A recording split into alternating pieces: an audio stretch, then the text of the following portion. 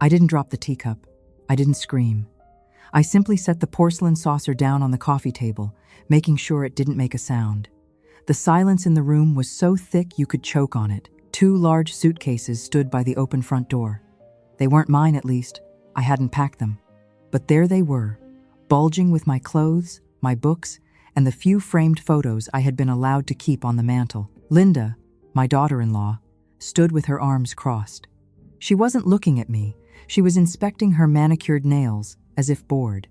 "Did you hear me, Margaret?" she asked, her voice dangerously soft. I looked at my son, Mark.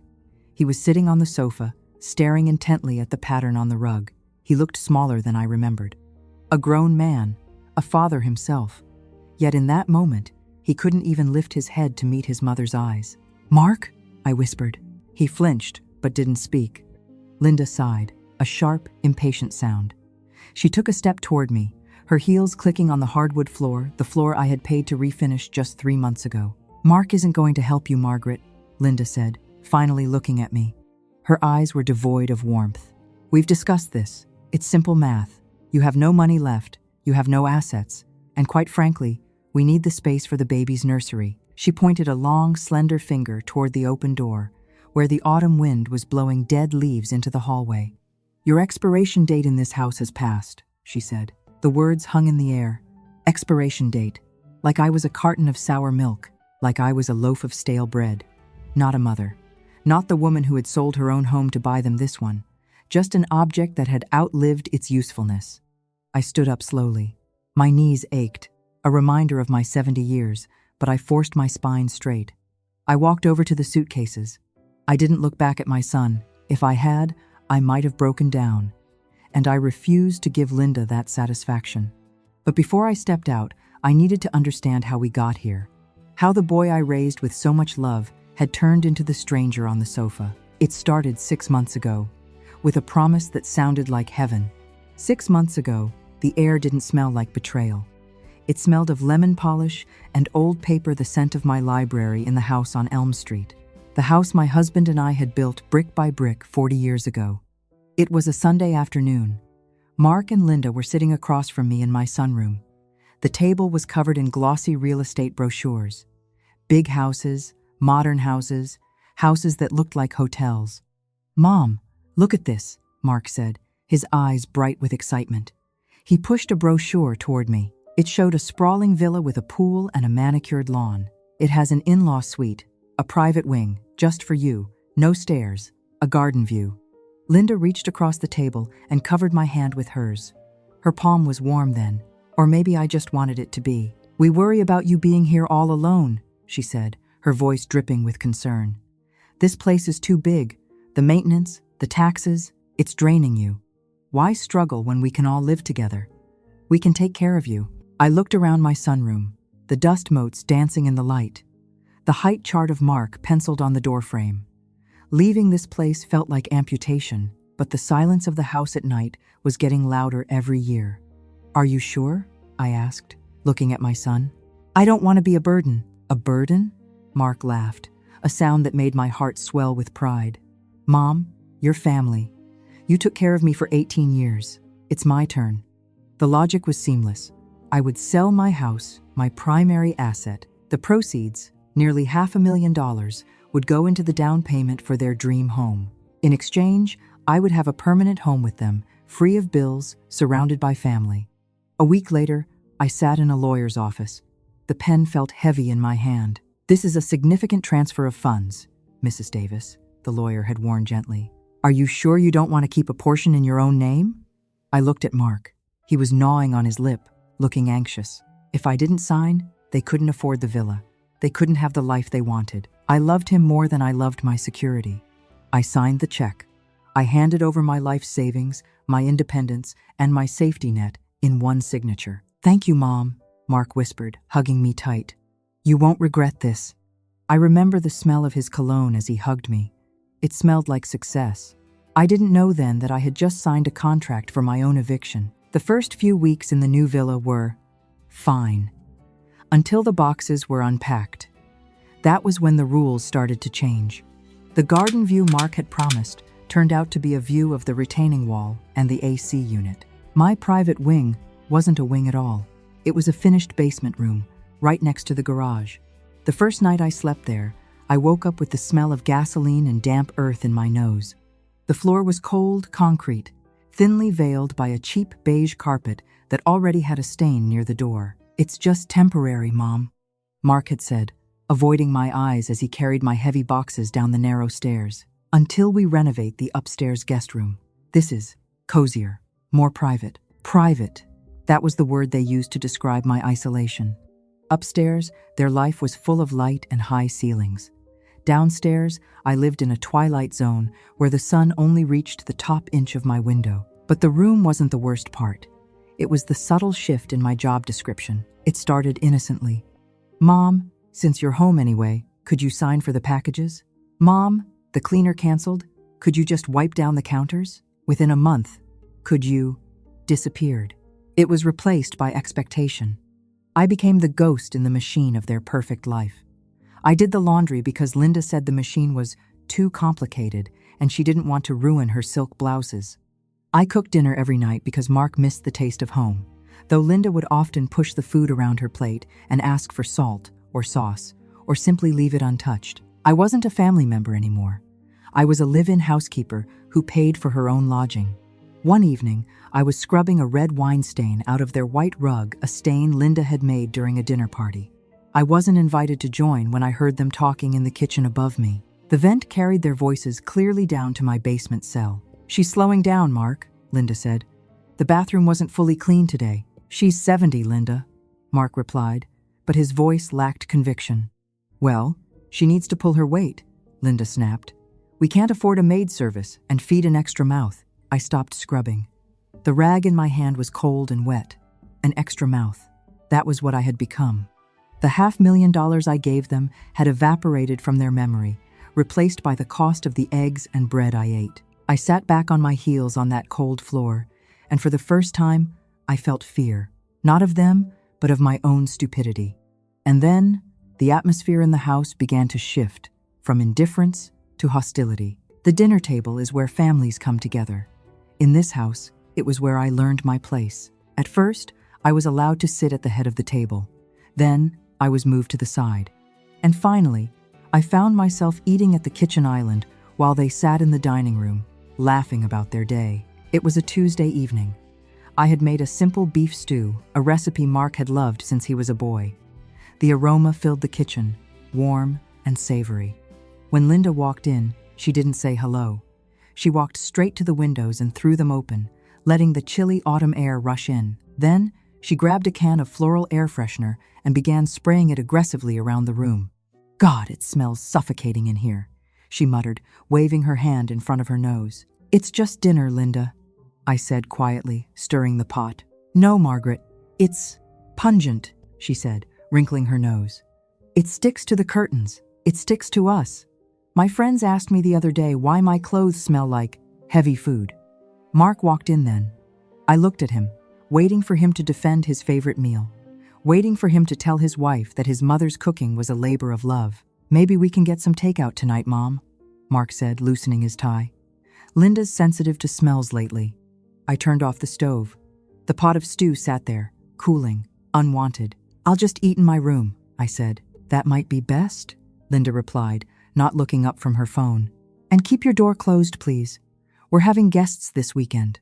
As I walked down the stairs to my basement room, balancing a bowl of stew I no longer had the appetite for, I heard Linda's voice drift down again. "This house feels smaller than I thought, Mark. Everywhere I turn, there's stuff. Old stuff." She meant me. I was the clutter. I was the old furniture that didn't match the modern decor. I ate my dinner sitting on the edge of my bed, staring at the concrete wall. The stew was cold, but the realization hitting me was colder. They didn't just want my money, they wanted my absence. And soon, my physical health would become their next target. Pain has a way of clarifying things. One Tuesday morning, I woke up with a sharp, familiar ache in my lower back. It was an old injury, flaring up like a warning siren. I could barely stand straight. I found Mark in the kitchen, scrolling through his phone while waiting for the coffee machine. "Mark," I said, leaning heavily against the granite counter. "I need to see the specialist today. Can you drive me?" It's raining, and I don't think I can manage the steps to the bus. He didn't look up. He just tapped his screen, his brow furrowed. Today? Impossible, Mom. I have back-to-back meetings, a huge project launch. I can't just leave. It will only take an hour, I whispered. Just take an Uber, Mom, he said, grabbing his coffee mug. It's easier for everyone. I took the Uber. It cost $40 money I had to take from the small envelope of emergency cash I kept hidden in my sock drawer. When I returned 3 hours later, soaked from the rain and aching worse than before, the house was quiet. I walked past the living room, the den they called it now. There was Mark. He wasn't in a meeting. He wasn't on a conference call. He was sprawled on the couch, a game controller in his hand, laughing at something on the massive TV screen. I stood in the hallway, dripping water onto the floor. He didn't see me, or maybe he just didn't care to look. He had lied to his mother not because he was busy, but because I was an inconvenience he didn't want to deal with. That evening, the humiliation deepened. I was sorting my medication on the kitchen island when Linda walked in with the mail. She ripped open an envelope, my insurance statement. Another copay? She sighed, tossing the paper onto the counter like it was contaminated. Mark, look at this. $200. That's practically our weekend getaway money. I need it for the pain, Linda, I said, my hand trembling slightly as I counted the white pills. She looked at me, her eyes cold and calculating. Everyone has pain, Margaret, she said, pouring herself a glass of wine. Some of us just learn to live with it without draining the family bank account. We're not an ATM. I swallowed the lump in my throat, along with the bitter pill. I realized then, to them, I wasn't a person in pain. I was just a leaking faucet, dripping away their inheritance. But the leak was about to be plugged. November 12th, my 71st birthday. I hadn't expected a party. I wasn't naive, but I hoped for acknowledgement, a card, a shared meal, a moment where I was Mom again, not just the roommate in the basement. I spent the entire afternoon in the kitchen. I bought the ingredients with my own dwindling cash: roast chicken with rosemary, mashed potatoes with extra butter, just the way Mark liked. A chocolate cake made from scratch, cooling on the rack. By 6 p.m., the table was set. 3 plates, cloth napkins. I even lit 2 tall candles to hide the chips in the old china. I sat down and waited. 7 p.m. The chicken was getting dry. I turned the oven to warm. 8 p.m. The candles had burned down halfway. I blew them out to save the wax. 8:45 p.m. The front door finally opened. A gust of cold wind, followed by laughter. Mark and Linda tumbled in, shaking off their coats. They were holding flat, square cardboard boxes. Pizza night, Mark announced, kicking off his shoes. I stood in the doorway of the dining room, smoothing my apron. The smell of my roast chicken was heavy in the air, competing with the smell of cheap pepperoni and grease. Welcome home, I said softly. They both jumped, as if surprised to see me there. Oh, hey, Mom, Mark said, distracted. We grabbed pizza. There's a special at Tony's. Want a slice? He didn't see the table behind me. He didn't smell the rosemary. And he certainly didn't remember the date. I made dinner, I said, gesturing vaguely behind me. It's November 12th. Mark paused, a slice of pizza halfway to his mouth. He blinked. Once, twice. The realization hit him, but there was no guilt in his eyes, only annoyance at being made to feel guilty. Oh, right, he muttered. Happy birthday, Mom. Sorry, it's been a crazy week. We're exhausted. Let's just do the pizza, okay? We can eat the chicken tomorrow for lunch. Linda didn't even look up from her phone. Happy birthday, Margaret. Don't worry about the dishes tonight. Just leave them. That was it. No hug, no gift, not even a song. I didn't argue. I didn't cry in front of them. I simply took a small plate, cut a slice of cold bread, and retreated to my basement. As I sat on my bed, chewing the dry bread, I heard them upstairs. They were watching a comedy. Mark was laughing, a deep, belly laugh I hadn't heard in years. They were happy. And they were happy because they had forgotten I existed. I realized then that I wasn't just losing my home. I had already lost my family. I was a ghost haunting a house I had paid for. But ghosts have a way of listening. And the next day, I heard something I wasn't meant to hear. The walls of this modern house were thin. Thinner than the solid brick walls of the home I had sold. They were built for aesthetics, not for keeping secrets. It was 2 days after my birthday. I was coming up the stairs with a basket of folded laundry. Mark's shirts, ironed crisp, just the way he liked them. I heard voices in the kitchen. They were supposed to be at work. "It's just not sustainable, Mark." Linda's voice drifted down the hallway. It wasn't angry, it was matter of fact, businesslike. "We have the baby coming, we need the space, and frankly, we need the money she's costing us." I froze on the top step. The laundry basket felt like it weighed a ton. "She gave us everything she had, Linda," Mark said. His voice was weak, pleading but barely audible. "She made an investment in our future?" Linda corrected him sharply. "And let's be honest, we've repaid that. 6 months of free rent, food, utilities. She's burned through her equity, Mark. The math doesn't lie." I leaned against the wall, my heart hammering against my ribs. Burned through my equity? $500,000. Gone in 6 months of basement living and leftover food? "So what do you want me to do?" Mark asked. "Throw her on the street?" "Don't be dramatic," Linda sighed. "I found a place. Shady Pines. It's state subsidized. It won't cost us a dime. They take people with limited means. That was their code for useless." "I can't just drop her off there," Mark said. "You don't have to," Linda said, her voice dropping to a conspiratorial whisper. "We just tell her it's a temporary medical stay. For her back. Once she's in the system, it's hard to get out. We claim she's indigent. It's for her own good, Mark. She needs professional care." I didn't drop the basket. I didn't storm into the kitchen screaming. I carefully set the basket down on the floor. I turned around and walked silently back down the stairs to my room. My hands were shaking, but my mind was suddenly crystal clear. The fog of sadness lifted, replaced by a cold, hard resolve. They were planning to discard me like a piece of trash, to trick me into a state home so they could build a gym or a nursery on the grave of my sacrifice. They thought I was a senile old woman who had given away her last chip, but they forgot one thing. I was the one who taught Mark how to play chess, and I had one move left that they never saw coming. I walked into my room and did something I hadn't done since moving in. I locked the door. The click of the lock sounded like a gunshot in the quiet basement. I sat on the edge of the bed, my hands resting on my knees. I waited for the tears to come. I waited for the heartbreak to cripple me, but it didn't. Instead, a cold calm settled over me.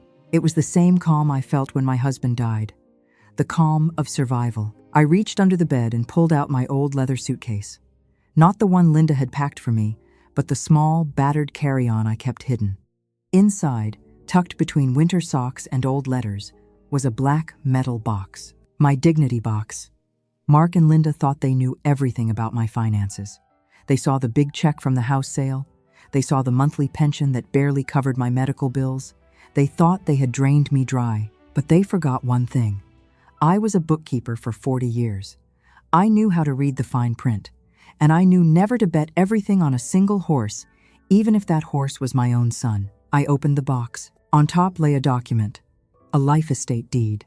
When we bought this villa, amid the flurry of papers and excitement, I had insisted on one small clause. Linda had been too busy picking out curtains to read it. Mark had been too eager to get the keys to ask questions. The clause was simple. I retained the right to live in the property until my death. And more importantly, the funds I contributed were legally classified as a conditional loan, not a gift, repayable immediately if the living arrangement was terminated by the homeowners. I ran my finger over the signature at the bottom. Mark Davis. He had signed his own financial death warrant without even looking, blinded by greed. I picked up my phone. My fingers didn't tremble this time. I dialed a number I hadn't called in 6 months. "Mr. Henderson?" I said when the gruff voice answered. "Margaret? Is everything all right?" "No, James," I said, looking at the damp stain on the ceiling. "It's time to execute the contingency plan. They're trying to move me to Shady Pines." There was a pause on the other end, followed by the sound of a heavy file being opened. "I'll have the papers ready by morning," he said. "Do you want me to serve them?" "No," I said, my voice steady. "I'll deliver them myself." I hung up. I wasn't just an old woman anymore. I was the landlord. An eviction notice was coming, but not for me. The next morning, the house was quiet. Mark and Linda had left for work, confident that their plan was in motion. They didn't know that I had a schedule of my own. I didn't spend the day crying. I spent it dismantling the life I had built for them. First, I went to the bank. The teller, a nice young woman named Sarah who had known me for years, looked concerned when I asked to see the manager. "I need to remove the authorized users from my credit account," I told the manager, placing my platinum card on his desk. "And I need to freeze the joint checking account immediately." "Mrs. Davis," he said, adjusting his glasses, "this will decline any pending transactions. Are you sure? Mark uses this for the mortgage autopay." "I am aware," I said, my voice steady. "Do it." Next, I called the utility companies. The electricity, the water, the internet, all accounts I had foolishly put in my name to help out with their credit score. I scheduled a transfer of service. Effective tomorrow, the lights would stay on, but the bills would go directly to Mark's email. No more invisible subsidies. By noon, I was back in the house. I walked through the rooms one last time. I went into the nursery, the room that was supposed to be mine. It was painted a soft yellow. It was beautiful. It was a symbol of the future they wanted, a future that didn't include me. I didn't feel anger anymore. I felt lighter. I went down to the basement and finished packing. I took the photo of my late husband from the nightstand. I took my jewelry box. I took the small urn with my dog's ashes. I left everything else. The new clothes they bought me that I hated, the orthotic shoes Linda insisted I wear, I left them all. At 4:45 p.m., I heard the garage door open. They were home early. I sat in the armchair in the living room, my small suitcase beside me, my hands folded in my lap. The life estate papers were in a manila envelope on the coffee table, right next to the coaster. The stage was set. I was ready for the curtain call. The front door opened. Mark and Linda walked in, freezing when they saw the suitcases by the door. Linda didn't waste time. She crossed her arms, just as she had in my memory of that moment. "Did you hear me, Margaret?" she asked, her voice sharp. "Your expiration date in this house has passed." Mark stood there, looking at the floor, the cowardice radiating off him in waves. I didn't cry this time. I didn't plead. I stood up slowly from the armchair, smoothing my skirt. I picked up the manila envelope from the coffee table. "You're right, Linda," I said, my voice calm and steady.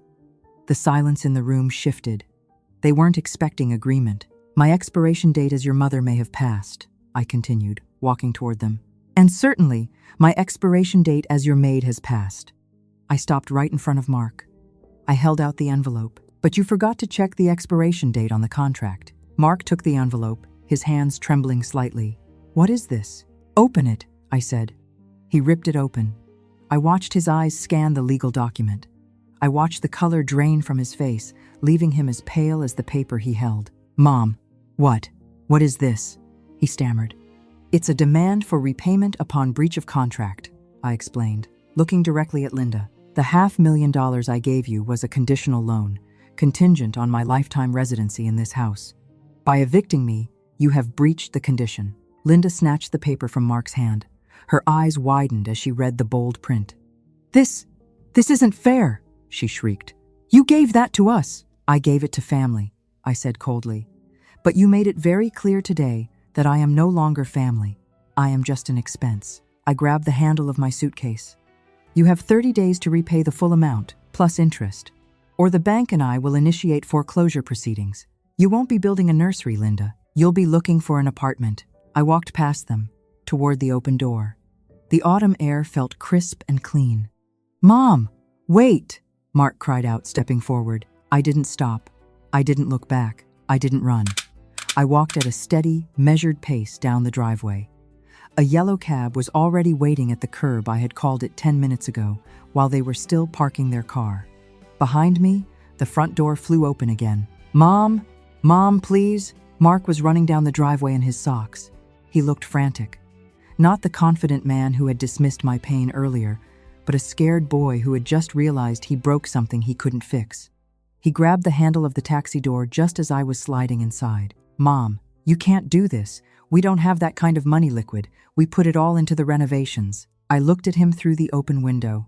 His face was flushed, his eyes wide with panic.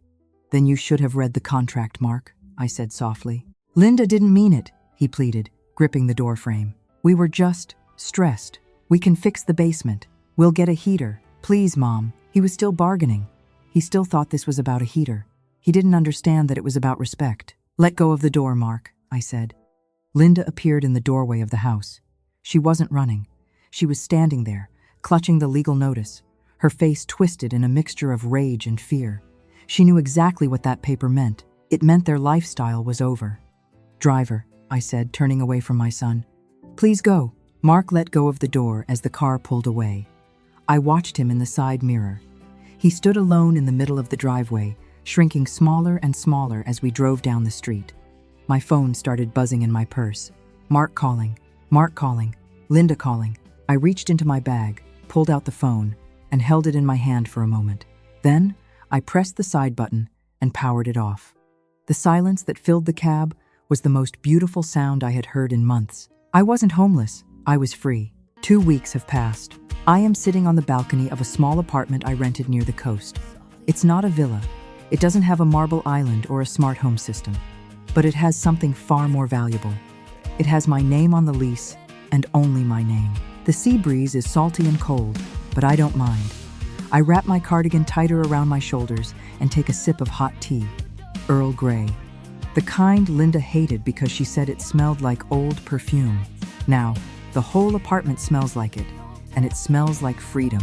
Mr. Henderson, my lawyer, called yesterday. Mark and Linda are scrambling. They put the house on the market. Without my contribution, they can't afford the mortgage payments on that monstrosity. They called him, asking for mediation, asking to speak to Mom. I told Mr. Henderson to handle it. I have nothing left to say to them. Not yet. I look down at my hands. They are wrinkled. They have spots. They shake a little when I hold the cup, but they are strong. These hands built a home, raised a son, and when the time came, they saved me from drowning. I used to think my life was over. I used to think I was just waiting out the clock, an expired object taking up space. But looking at the horizon, where the gray ocean meets the gray sky, I realize I was wrong. I am not a carton of milk. I don't have an expiration date.